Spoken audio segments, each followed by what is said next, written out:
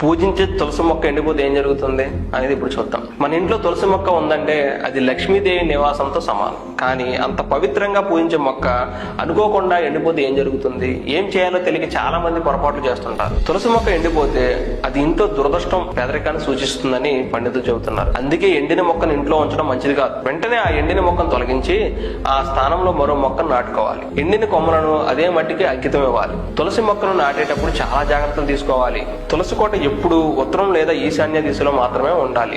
దక్షిణ లేదా ఆగ్నేయ దిశలో అస్సలు ఉంచకూడదు. తులసిని పూజించేవారు ఈ 3 నియమాలను తప్పక పాటించాలి. అవేంటంటే, సూర్యాస్తమయం తర్వాత తులసి దగ్గర దీపం వెలిగించాలి, చీకట్లో ఉంచకూడదు.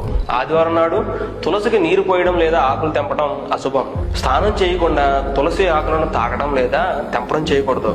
ఆకులు తెంపడానికి వేళ్లను మాత్రమే వాడాలి, అంటే గోళ్లతో గుచ్చకూడదు అనమాట. తులసి మొక్క విషయంలో ఈ నియమాలను నిర్లక్ష్యం చేయవద్దు.